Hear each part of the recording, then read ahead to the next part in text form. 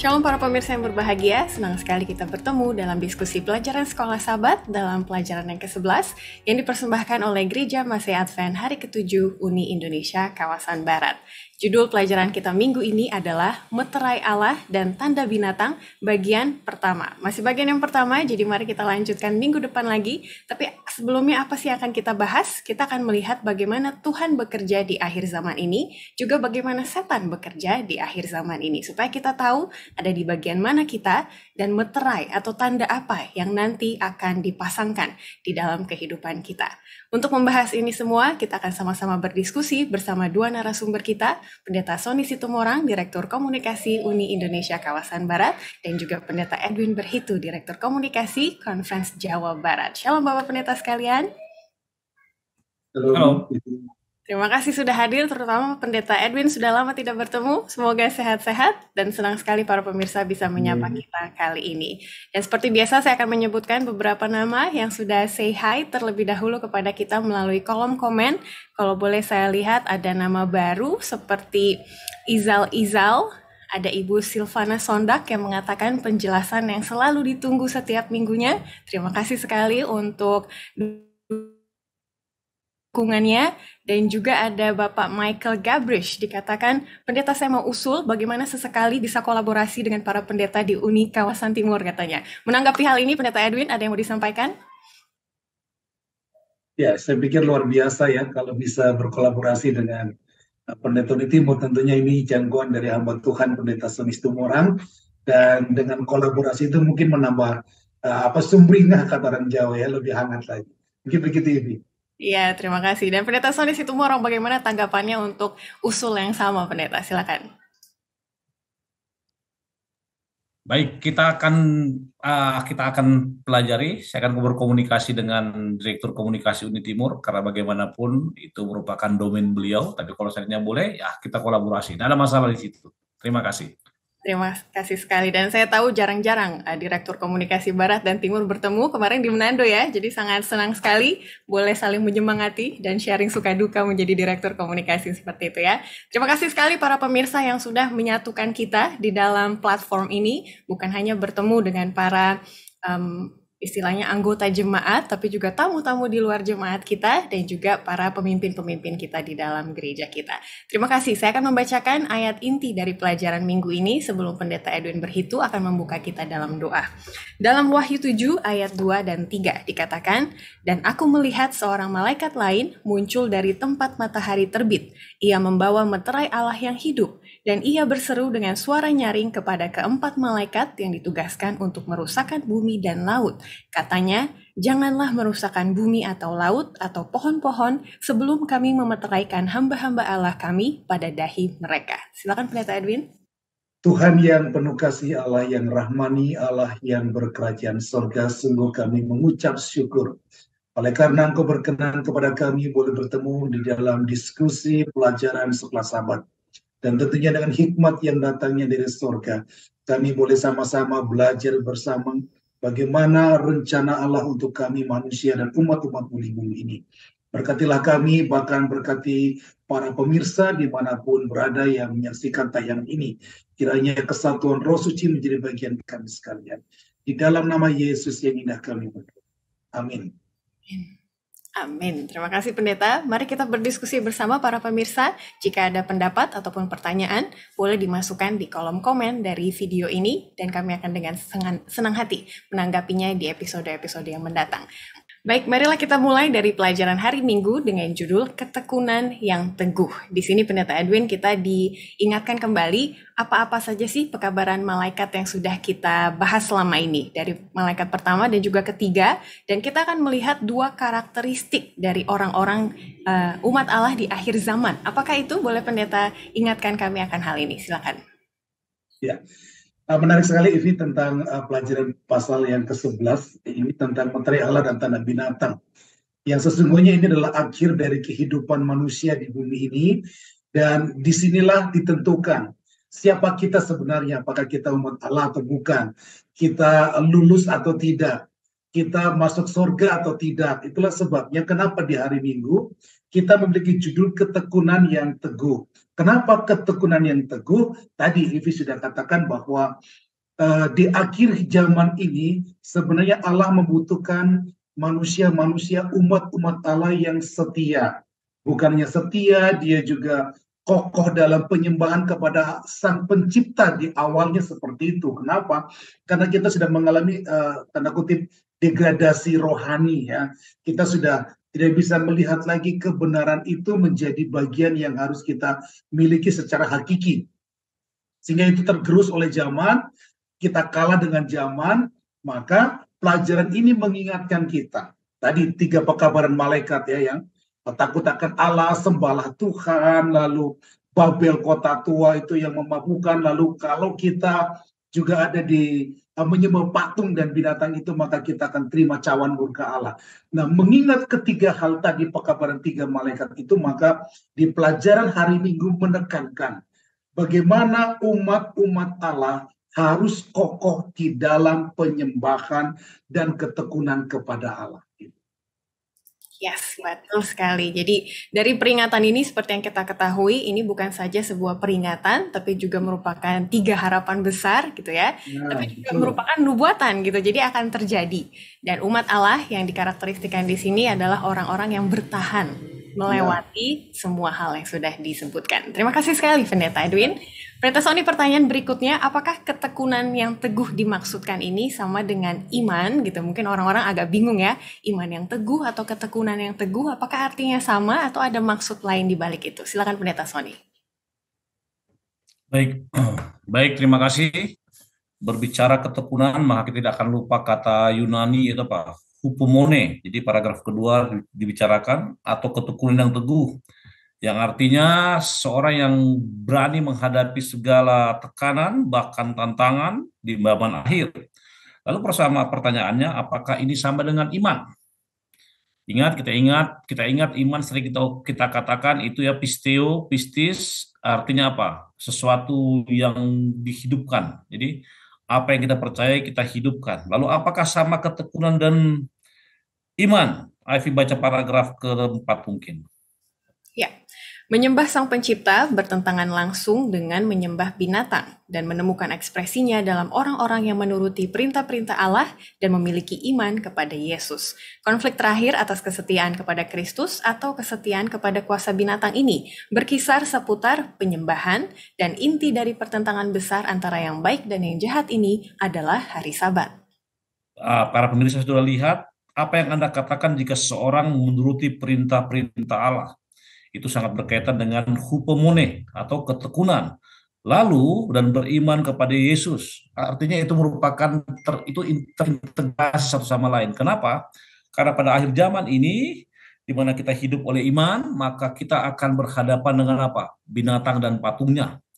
Kalau kita ingat, sekedar review, tanda binatang itu diambil dari Wahyu pasal 13, ayat 15 sampai 18, atau Wahyu pasal 14, ayat 9, itu berhubungan dengan bilangan manusia 666, nanti kita akan bahas. Namun artinya apa? Di pembukaan hari Sabtu petang, Anda bisa melihat bagaimana binatang itu merupakan suatu lawan, atau bisa katakan oponen atau lawan dari pengikut Kristus di paragraf ketiga dan keempat yang saudara katakan. Itu dari saya, terima kasih. Terima kasih sekali, dan seperti yang Pendeta Sony katakan tadi, kita akan melihat tokoh Yesus sendiri gitu ya. Kalau mau ada karakteristik lawan Yesus, berarti Yesus karakteristiknya seperti apa? Itu yang akan kita bahas di hari Senin dengan judul Perjuangan Alam Semesta. Di Wahyu 14 ayat 12, tadi kita sudah bahas kata-kata yang pertama adalah ketekunan orang-orang kudus. Tapi juga ada kata-kata berikutnya yang perlu kita bahas, yaitu iman Yesus. Iman Yesus seperti apa, Pendeta Edwin, dan bagaimana salib itu menjelaskan karakteristik umat Tuhan yang di akhir zaman ini adalah orang-orang yang seperti memiliki iman Yesus. Silakan. Iya, memang inti dari kehidupan ini sebenarnya adalah Yesus ya. Dan yang kita tunggu-tunggu sebenarnya Yesus. Kita selama ini memiliki iman, kita bilang iman, sebenarnya kita lagi nunggu Yesus tuh. Nah, maka cerminan itu sesungguhnya yang sedang kita pelajari pada hari ini. Bagaimana iman Yesus Yesus waktu ada di dunia ini ternyata bukan sekedar dia juga Allah 100%, tapi juga manusia 100% yang menjadi teladan bagi pengikutnya. Bagaimana dia memiliki iman kepada Allah Bapanya. Saya sangat tertarik dengan di alinea pertama ini. Luar biasa. Ada kalimat Yesus bergantung pada hubungan yang dia miliki dengan Bapa sepanjang hidupnya. Artinya Yesus ini punya komitmen. Ini luar biasa. Ada lagi. Perhatikan nih. Melalui kehidupan sepenuhnya bergantung kepada Bapa, bahkan di saat-saat yang baik, Yesus telah dipersiapkan untuk saat-saat terburuk, bahkan salib. Juru selamat mempercayai bahwa ketika di sekelilingnya keadaan menuntutnya untuk ragu, bahkan ketika tampaknya Allah telah meninggalkan dia, Yesus tidak menyerah. Nah, ini ada hubungan dengan pelajaran minggu tadi. Ketekunan. Ini kan bahasa tekun arti continue terus ya. Sesuatu yang kita pegang itu nggak nyerah di tengah jalan, nggak give up gitu loh. Tapi terus struggle, terus berjuang gitu. Nah, ternyata apa yang Yesus alami, apa yang Yesus lakukan, apa yang Yesus sedang kerjakan waktu di dunia ini, itu menjadi cerminan kita sesungguhnya. Kita nggak boleh nyerah. Kenapa? Karena selama kita ada di dunia, lalu kita tekun berpegang kepada perintah Allah, tadi iman, tanda kutip, maka kita bisa lulus seperti Yesus. Iman Yesus adalah iman yang begitu dalam, begitu percaya, begitu komitmen. Tiga ini. Saya ulangi ya.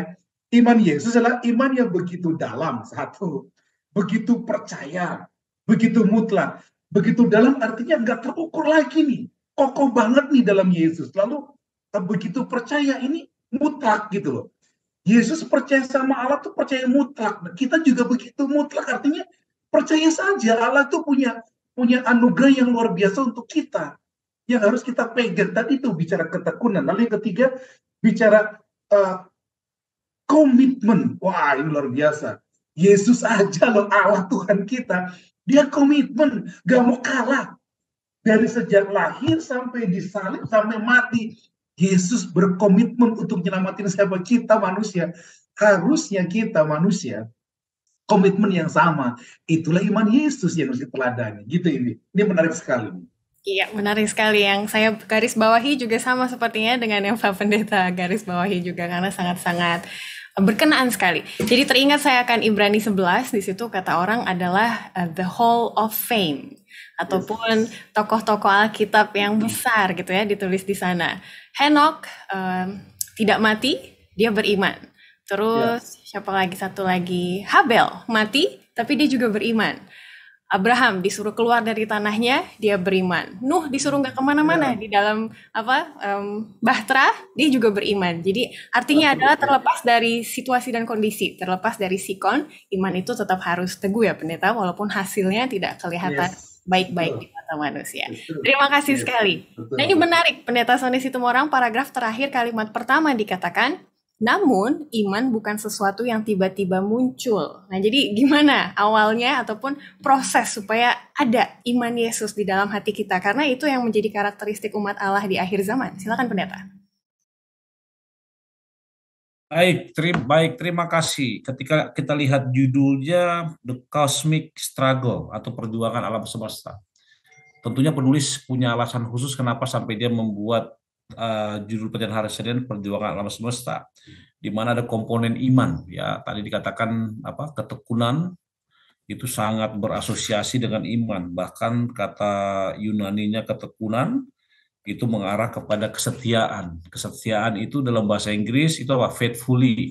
Kata faith artinya sangat berkaitan. Lalu ada tadi pertanyaan, itu bukan sesuatu yang tiba-tiba muncul. Benar, tidak tiba-tiba muncul.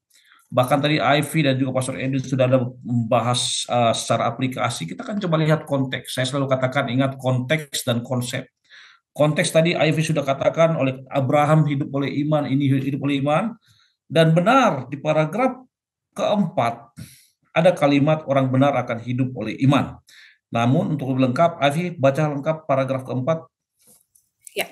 Namun, Ya, namun itu bukan sesuatu yang tiba-tiba muncul. Umat Allah telah belajar untuk hidup dengan iman hari demi hari. Sekarang, di saat senang, di saat buruk, saat Allah terasa dekat, saat Allah tampak jauh, tidak masalah. Orang benar akan hidup oleh iman. Waktu akan persiapan adalah sekarang. Setiap pencobaan sekarang, jika bertahan dalam iman, dapat menghasilkan buah yang berharga dalam hidup kita. masalah kita adalah sampai sekarang masih susah kita identifikasi iman itu. Banyak orang mengatakan ke gereja itu iman. Benar, itu bagian dari iman. Seolah-olah kita lebih legalis. Tapi dengan jelas dikatakan di sini apa? Umat Allah harus belajar untuk hidup dengan iman. Coba para pemirsa garis bawahi ini saya senang. Walaupun ini seperti simpel, tapi ini inti dari semuanya. Di saat senang, di saat buruk, Allah terasa dekat. Kalau Ivy sama Pastor Edwin ingat Tuhan biasanya pada waktu apa? Biasanya. Contoh ketika anak sakit, setelah disembuhkan, kita bahagia, kita ini cenderung kita lupa. Atau ketika kita susah dalam keadaan ekonomi, kita minta Tuhan. Tapi ketika senang, kita lupa Tuhan. Jadi saya mau garis bawahi, benar tidak tiba-tiba muncul, tapi itu berproses, ya, berproses oleh pengalaman hidup, pengalaman iman yang kita rasakan. Karena ingat, iman tidak selamanya lurus, dalam arti ketika Anda akan ditempah untuk menghadapi kehidupan dan iman Anda semakin kuat, maka Anda harus melewati jalan yang berliku, jalan yang berbatu. Bahkan kalimat terakhir tadi apa, Ivy? Waktu untuk persiapan adalah sekarang. Setiap pencobaan sekarang, jika bertahan dalam iman, dapat menghasilkan buah yang berharga dalam hidup kita. Itu dari saya. Terima kasih. Terima kasih sekali. Semoga ini menguatkan. Pemirsa boleh dilanjutkan diskusinya di UKSS masing-masing. Bagaimana iman bertumbuh di dalam kehidupan kita. Kita akan lanjut. Boleh nggak menambahkan sedikit itu? Silakan, Pendeta. Saya ingin mengkritisi satu kalimat tadi dibaca oleh Ivy, dibaca oleh Pendeta Sony. Di saat senang, di saat buruk, Allah terasa dekat, saat Allah terasa dekat, dan saat Allah tampak jauh. Jadi, ya saya mengatakan gini, kadang-kala iman itu muncul saat kita rasa dekat sama Allah, Allah itu rasa lagi ada di sekitar kita. Tapi saat tadi pada saat dikatakan, kok nggak dijawab ya doa saya, anak sakit, seolah bertubi-tubi ini masalah, nggak kelar-kelar, kok Allah kayak jauh banget. Satu kalimat yang keren, tidak masalah, itu adalah ciri orang yang beriman.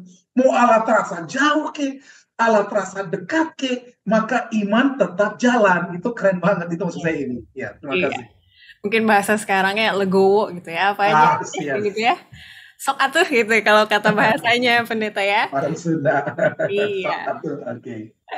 Nah, yang saya observasi di sini adalah iman adalah hasil dari sebuah progres waktu, gitu ya. Tapi di hari Selasa dikatakan menuai apa yang kita tabur itu juga terjadi pada mereka yang berada di kelompok sebelah, gitu ya. Ada kehidupan dan juga langkah-langkah hidup mereka yang menuju kepada tanda binatang. Nah, ini nubuatan tanda binatang itu seperti apa sih maksudnya Pendeta Edwin? Kalau boleh secara singkat kita bahas dulu ya, karena ada beberapa ada Wahyu 14, ada Wahyu 13 gitu ya. Mungkin boleh Pendeta Edwin mulai untuk simpulkan terlebih dahulu. Silakan. Ya, ini kembali kepada pelajaran hari Minggu sebenarnya di Wahyu 14 ayat 8 sampai 10 ayat 7 mulai ya. Bagaimana pekabaran 3 malaikat itu telah dikumandangkan. Nah, ternyata ada juga orang yang mau mendengar, tadi bicara tentang orang yang tekun. Tapi ada orang yang nggak mau mendengarkan. Atau imannya gugur tadi seperti tokoh-tokoh iman yang Ivy sebutkan. Tidak di sana. Orang itu justru memilih kesenangan dunia. Orang itu justru memilih masuk ke dalam Babel. Sehingga akan menerima cawan murka Allah di pekabaran malaikat yang ketiga. Nah, sehingga di pelajaran hari Selasa menuai apa yang kita tabur, saat kita pada akhirnya gagal untuk mempercayai Allah, gagal untuk menyembah Allah yang benar, gantinya kita menyembah manusia. Itu kan dari keinginan dari patung binatang tersebut, menyembah dia. Nah, pada waktu kita menyembah dia, maka ya hasilnya bukan hidup yang kekal, bukan sebuah kesenangan bersama dengan Allah. Karena kita sudah diamarkan jauh-jauh hari, kita sudah diamarkan oleh Tuhan melalui pekabaran 3 malaikat. Dan hari Selasa ini ada korelasi dengan hari Minggu tadi, bahwa saat kita tidak mau mendengar pekabaran dari 3 malaikat, baik malaikat pertama, malaikat kedua, dan malaikat ketiga sebagai nubuatan, maka kita akan menerima cawan murka Allah. Dan tentunya Bapak Ibu pemirsa, kita tidak mau menerima cawan murka Allah. Maka amaran ini sebenarnya untuk kita juga. Bukan tadi tanda kutip Ivi bilang untuk orang sebelah ya.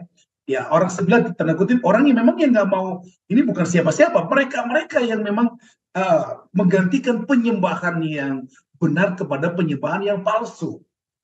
Menggantikan ketekunan kepada Allah, gantinya ketekunan kepada otoritas manusia dan lain sebagainya. Sehingga apa yang dia percayai, apa yang dia tabur tanda kutip tadi, maka cawan murka Allah adalah sebagai gantinya. Mungkin seperti itu, Ivi. Ya, terima kasih Pendeta sudah mengoreksi juga.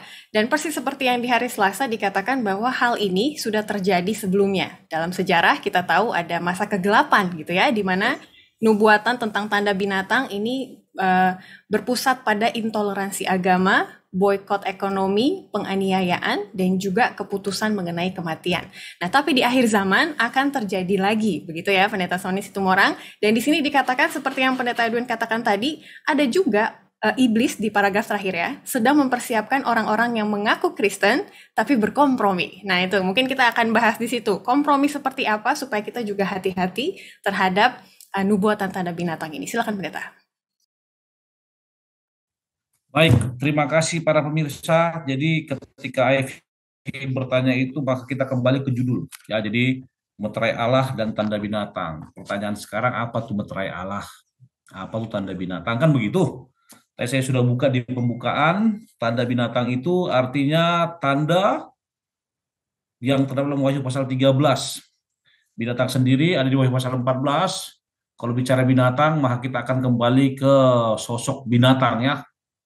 Bisa naga. Kemudian tanda binatang itu yang Wahyu pasal 13 mengenai 666 atau Wahyu bilang antikristus, oke? Itu sudah sangat jelas. Namun ketika dikatakan iblis sedang mempersiapkan orang-orang yang Kristen berkompromi, nah hati-hati. Kalimat judul. Kata kompromi ini namanya bias, sangat tipis. Kenapa? Meterai Allah. Kalau kita bicara meterai Allah, the seal of God, apa itu meterai Allah? Sudah pasti kita akan fokus kepada kata sabat yang merupakan identitas dari umat-umat Tuhan.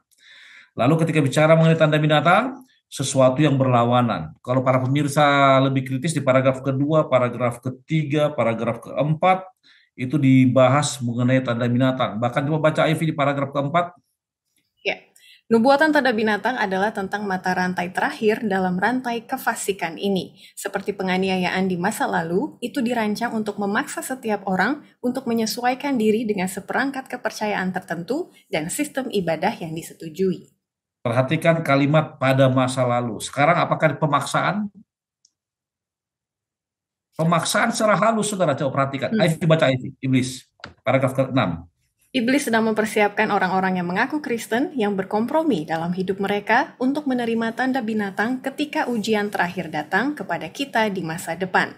Kasih Tuhan bagi kita masing-masing akan menguatkan kita dan memelihara kita selama masa-masa sulit yang akan datang. Perhatikan Mark Finley katakan iblis sedang mempersiapkan orang-orang yang Kristen yang berkompromi dalam hidup mereka untuk tanda binatang. Apa maksudnya artinya?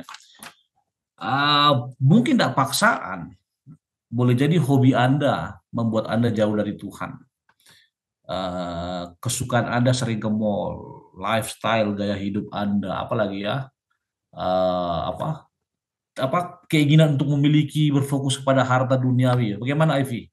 Masing-masing atau Pastor Edwin kan masing-masing kita pengen kan? Artinya segala sesuatu yang mengalihkan perhatian kita kepada Tuhan itu bisa mengarah kepada pemaksaan secara halus. Dan untuk itu apa? Ingat tadi ketekunan, ingat iman, ingat apa? Kesetiaan, faithfully and apa? Dan hupomone, apa itu ketekunan yang dibutuhkan di sini kata orang kudus. Untuk mengavoid itu, menghindari itu apa kita buat? Terima kasih Tuhan dan terus mengikuti Dia. Itu dari saya. Terima kasih. Terima kasih sekali. Dan pemirsa boleh juga dihubungkan dengan pertanyaan pertama di hari Jumat.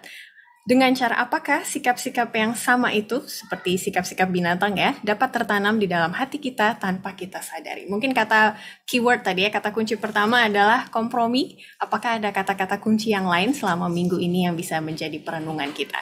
Baik, terima kasih sekali. Kita akan lanjut ke hari Rabu dengan judul Mereka yang Mengikuti Anak Domba. Jadi kembali kita akan membandingkan ya Pendeta Edwin ya, bagaimana karakter-karakter mereka yang mengikuti anak domba dan bagaimana yang mengikuti naga tersebut. Kita akan melihat lebih lanjut dari manakah binatang itu datang. Mungkin kita akan melihat karakteristik dari naga ini ya Pendeta ya. Boleh Pendeta Edwin silakan jelaskan.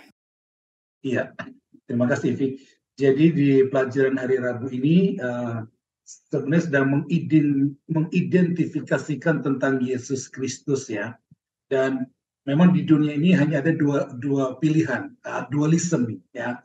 Baik dan benar, apalagi hitam putih, pada akhirnya nanti sabat atau yang lain gitu ya, saya nggak sebutkan yang lain itu apa. Tapi artinya ini adalah pertentangan yang harus kita jalankan dan memang kuasa dari binatang itu datangnya dari naga tadi dan pelajaran kita jelas bahwa iblis itu adalah naga tadi dan iblis adalah musuh yang licik dan bekerja melalui kekuatan dunia. Dan kita ada di dunia ini, sehingga kita dihadapkan kepada sebuah pertentangan. Kita dihadapkan kepada sebuah pilihan. Apakah kita akan memilih untuk anak domba atau memilih patung dengan binatang tersebut? Ya. Nah, satu kalimat yang keren saya lihat di alinea yang berapa? 1, 2, 3 bagian akhir. IV. Akan ada satu saat seperti sekarang katanya.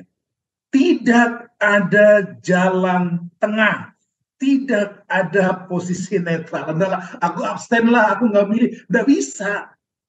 Jadi pertentangan kehidupan kita ini memang harus pilih tadi, baik atau buruk, gelap atau terang, ya sabat atau yang lain. Nah, atau naga yang kita pilih atau Kristus yang kita pilih. Itulah sebabnya pelajaran daripada 1 minggu ini kan bicara tentang otoritas, tentang penyembahan, tentang kesetiaan, itu fokusnya kan satu. Bisa juga ke naga tadi itu, sang pemberi kuasa kepada binatang, atau kepada Kristus. Nah, sehingga pilihan ini ada pada diri Anda dan saya. Dan ini saatnya sekarang, kata pelajaran kita, tidak ada jalan tengah. Gak, gue takut ke sana, gue takut, enggak bisa. Kita tentukan. Tadi kayak iman-iman tadi kita tentukan. Kita harus menentukan pilihan dan tentunya hari ini kita harus pilih anak domba Allah. Kenapa? Karena Kristus adalah raja segala raja yang pastinya akan menyelamatkan Anda dan saya. Mantap sekali Pendeta, dan saya bisa pastikan yang Pendeta garisi itu yang saya garisi juga, puji Tuhan. Nah, Pendeta Sony Situmorang, kita akan lanjut bahas pertanyaan nomor 2 di hari Jumat. Ketika kita berbicara mengenai naga, maka mudahnya saya pribadi berimajinasi akan gambar naga yang fiktif gitu ya, seperti di kartun dan lain-lain. Dan banyak sekali orang zaman sekarang juga berpikir bahwa iblis adalah figur yang tahayul gitu ya. Ini kayaknya naganya bukan naga iblis, mungkin fiktif belaka gitu ya. Dan saya mau hubungkan juga dengan pertanyaan minggu lalu dari Bapak Robi Tengor yang mengatakan, emang apa sih ruginya gitu ya kalau kita tidak percaya mengenai iblis gitu, ataupun kebakaan jiwa gitu. Apa pentingnya kita tahu bahwa iblis itu ada, begitu Pendeta? Silakan. Baik, terima kasih. Eksistensi iblis sudah ada sejak kejatuhannya ya, Lucifer dari sorga atau bintang timur, kemudian dilanjutkan dengan Taman Eden. Kemudian ada pertanyaan Bapak Robi yang mengatakan apa sih ruginya? Terus terang, ketika Anda tidak mempercayai iblis itu merupakan tujuan dari keimanan kita. Artinya ketika Anda tidak mempercayai iblis, maka sudah pasti Anda akan percaya kepada Yesus Kristus, melakukan segala sesuatu yang Kristus lakukan. Dan itu merupakan pelajaran hari Rabu dan dibahas pada juga pelajaran hari Kamis. Hanya masalah sekarang adalah bagi kita sampai sejauh mana kita sudah mengimplementasikan hal tersebut. Contoh, hari Rabu mereka mengikuti anak domba. Siapa mereka? Mereka itu mengarah kepada orang-orang kudus, orang-orang pilih. Yang dibutuhkan di sini ketekunan orang-orang kudus. Kalimat sana mengarah kepada kita semua. Nah, dan apalagi di paragraf terakhir hari Rabu, paragraf ketiga ada satu kalimat berbeda dengan dunia. Tentunya itu sangat diharapkan oleh pekabaran tiga malaikat, oleh tiga malaikat sendiri, yaitu malaikat serafim, untuk kita semua. Sehingga apa? Sehingga fungsi Yesus sebagai satu perantara yang sudah mati di kayu salib akan sangat-sangat berharga. Itu sebabnya kata binatang, kata naga muncul, dan itu melambangkan suatu kemurtatan, kekuatan agama yang murtad, yang bisa mengubah waktu dan hukum. Bahkan yang paling luar biasa kalau saudara baca 1 Timotius 2 ayat 5 pada hari Kamis nanti, maka dijelaskan ada satu perantara antara Allah dan manusia.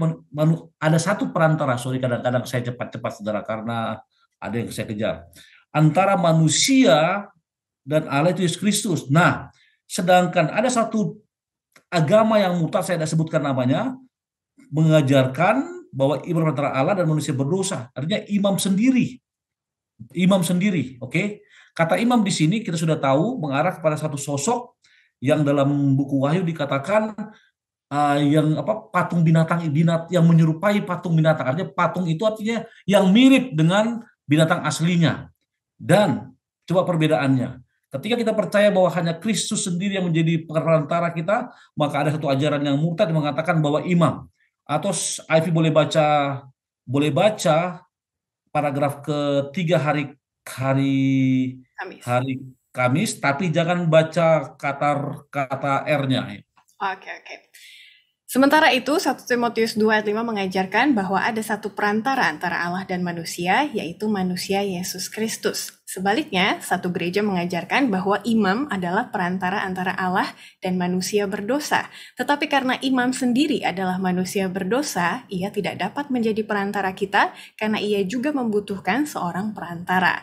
Penghujatan juga didefinisikan sebagai klaim seseorang sebagai Tuhan atau berdiri di tempat Tuhan.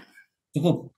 Nah, dan kata terakhir Ivy, sebelum, mohon maaf pemirsa untuk edisi ini, karena saya ada di Balikpapan, saya harus berangkat ke airport. Ada satu pertanyaan di hari pertanyaan kemarin mengenai peniadakan hukumnya Ivy ya. Ya, para pemirsa, saya akan jawab. Kalau saudara baca Matius 5 ayat 17-19 dikatakan bahwa janganlah kamu menyangka bahwa aku datang untuk menegakkan hukum Taurat atau kita pernah, tapi aku datang bukan untuk menegakkan tapi untuk menggenapinya. Jadi ketika kita berpikir yang lain-lain, nah kita berfokus ke arah situ. Untuk lebih jelas nanti, mungkin nanti Pastor Edwin sama Ivy boleh baca ayatnya.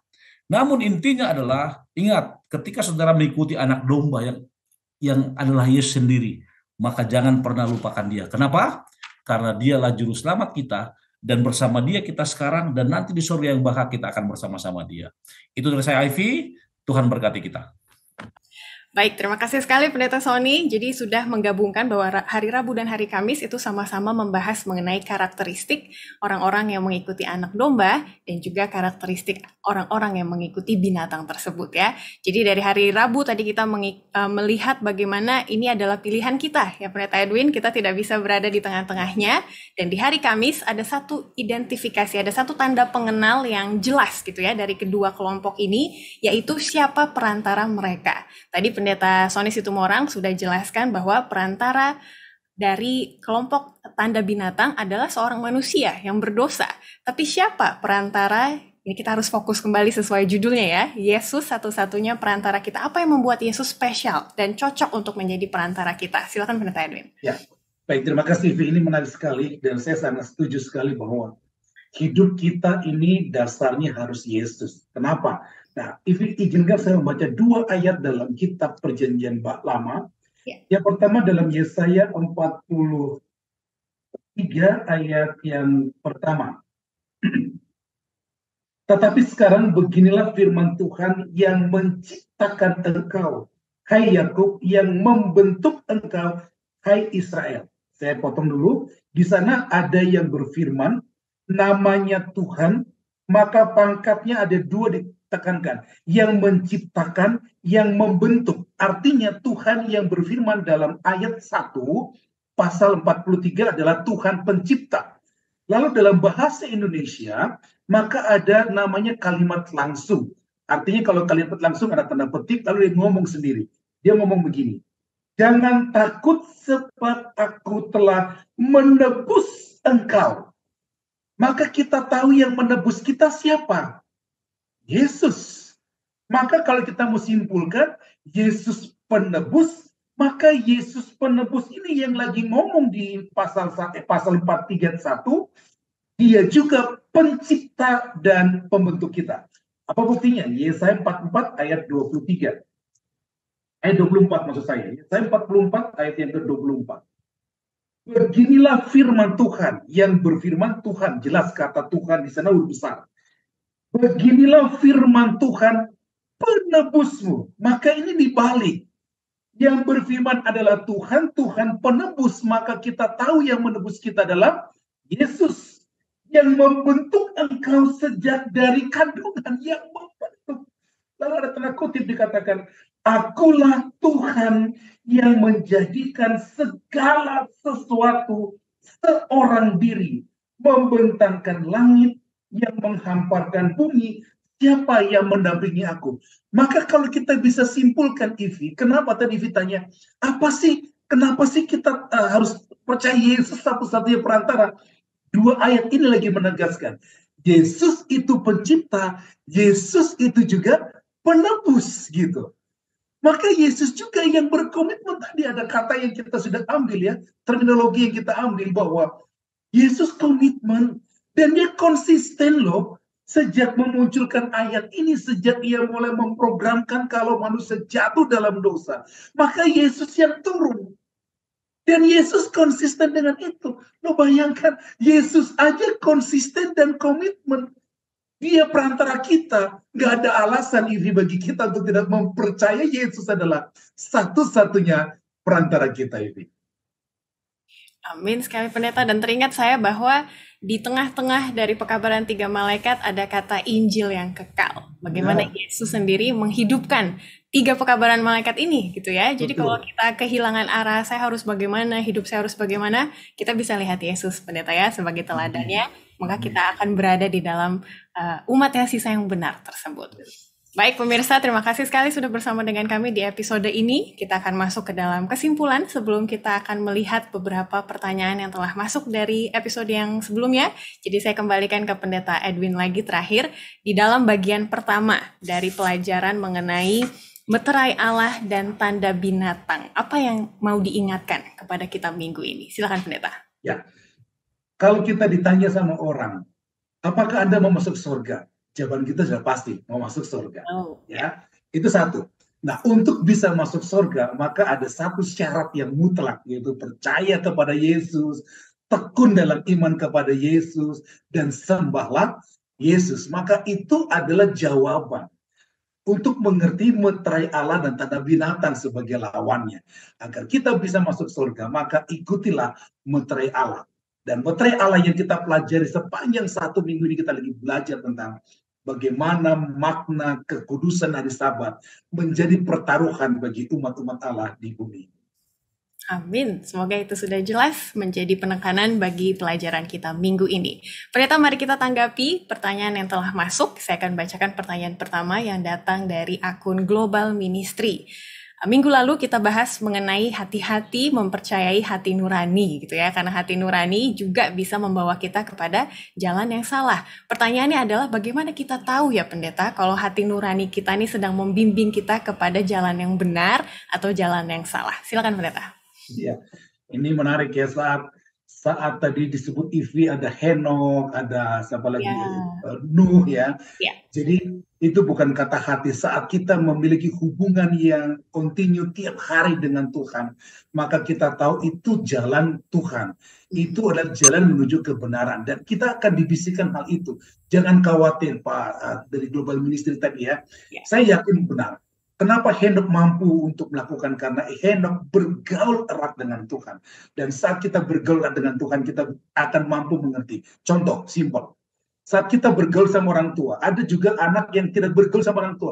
Dia nggak ngerti nih, orang tua kita kayak apa karakternya. Tapi kalau kita ngerti, maka kita tahu bahwa kita sedang ada dikasih orang tua. Orang tua lagi memperhatikan kita.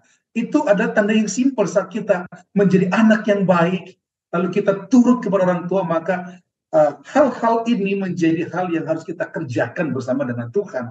Maka ada kepekaan tersendiri. Sama seperti Samuel, pada akhirnya Nabi Imam Eli katakan, nanti kalau kamu dengar lagi orang panggil, seorang panggil Samuel, kamu jawab, ya Allah, aku di sini. Kenapa Imam Eli mampu melakukan itu? Karena Imam Eli pernah mengalami hal yang sama pada saat Samuel kecil itu. Dan dia ajarkan kepada Samuel. Dan sejak saat itu, maka Samuel peka terhadap suara Tuhan. Kenapa? Samuel tinggal di hadirat Allah. Samuel hidup di hadirat Allah. Samuel dekat dengan Tuhan. Kira-kira begitu. Terima kasih Pendeta. Jadi kata orang katanya kalau mau tahu yang palsu harus tahu yang asli gitu ya. Jadi kita harus tahu firman Allah seperti apa supaya kita tidak ditipu oleh setan dengan terang yang palsu. Pendeta, satu pertanyaan lagi kalau boleh Pendeta ya, sambil Pendeta akan siapkan. Dari Bapak Daang BKY dikatakan, selama ini kita menyebut bahwa Babel yang Tuhan peringatkan itu adalah satu gereja tertentu gitu ya. Tapi bagaimana dengan orang-orang yang tidak berada di gereja ataupun agama lain gitu? Apakah mereka masuk dalam sistem yang sama atau bagaimana keselamatan mereka akhirnya kalau mereka tidak termasuk dalam pekabaran 3 malaikat ini sepertinya gitu ya? Silakan Pendeta tanggapi. Ya. Singkat saja bahwa Alkitab memang katakan ada domba-dombaku di luar kandang. Tentunya kita bisa katakan mungkin juga mereka. Dan itu adalah hak prerogatif daripada Allah. Saat mereka memang menyadari dan melakukan apa yang baik di hadapan Allah, walaupun mereka tidak mengerti rule yang baik yang Alkitab katakan. Tapi hanya itu yang tahu. Saya yakin dengan keyakinan iman saya bahwa mereka akan diselamatkan oleh Tuhan. Siapapun itu, agama apapun itu. Dan Allah, apalagi mereka belum pernah mendapatkan sebuah pekabaran dari orang-orang yang telah mengenal Allah. Maka kita tidak bisa batasi hak Allah untuk menyelamatkan umat manusia. Kita sebagai manusia nggak boleh batasi. Allah punya kasih yang luar biasa. Amin. Kalau boleh saya tambahkan Pendeta, Yehezkiel 33 ayat 11 dikatakan, katakanlah kepada mereka, demi aku yang hidup, demikianlah firman Tuhan Allah. Aku tidak berkenan kepada kematian orang fasik, melainkan aku berkenan kepada pertobatan orang fasik itu dari kelakuannya supaya ia hidup. Bertobatlah, bertobatlah dari hidupmu yang jahat itu. Mengapakah kamu akan mati, hai kaum Israel? Jadi intinya Tuhan merindukan keselamatan kita semua ya, walaupun manusia sepertinya mengkategorikan, oh kamu agama ini gitu ya, tapi buat Tuhan kita semua adalah ciptaannya yang spesial gitu ya. Terima kasih sekali pemirsa. Di akhir dari pertemuan ini saya minta kesediaan Pendeta Edwin untuk berdoa sekali lagi untuk menjadi berkat bagi para pemirsa. Mari Bapak Ibu pemirsa dimanapun Anda berada, kita tunduk kepala, kita menyerahkan hidup kita kepada Tuhan. Allah yang baik, Allah yang sangat mengasihi kami. Bahkan Allah yang telah menentukan kami untuk diselamatkan sejak awal dunia diciptakan. Allah mau kami semua selamat dan tiba di kerajaan surga. Sebagaimana janjimu, di mana aku berada, kamu pun berada. Tuhan, sungguh melalui pelajaran pada hari ini, kami ingin memiliki materi Allah. Kami ingin terus kokoh dan tekun dalam materi Allah. Agar kami boleh menikmati janji Tuhan, yaitu surga yang kekal yang Allah berikan bagi setiap umatnya yang percaya kepada-Nya. Terima kasih Tuhan. Berkatilah tayangan komunikasi untuk diskusi sekolah sahabat, bahkan berkati juga Tuhan para pemirsa dimanapun mereka berada. Satu persatu dalam keadaan apapun Tuhan hari ini Allah berkati. Dan yakinkan kami bahwa kami akan memiliki kepercayaan yang kokoh dan tekun hanya kepada Yesus Kristus saja. Terima kasih Bapa, di dalam nama-Mu kami berdoa dan mengucap syukur. Amin. Amin. Puji Tuhan untuk pelayanan Pendeta Edwin pada hari ini dan juga Pendeta Sony Situmorang yang sudah terlebih dahulu melanjutkan pelayanan dan juga untuk kebersamaan kita semua para pemirsa. Kita akan bertemu lagi di episode yang mendatang. Kita akan mempelajari pelajaran ke-12, melanjutkan bagian kedua dari pelajaran Meterai Allah dan juga Tanda Binatang. Sehat-sehat kita semua. Tuhan memberkati.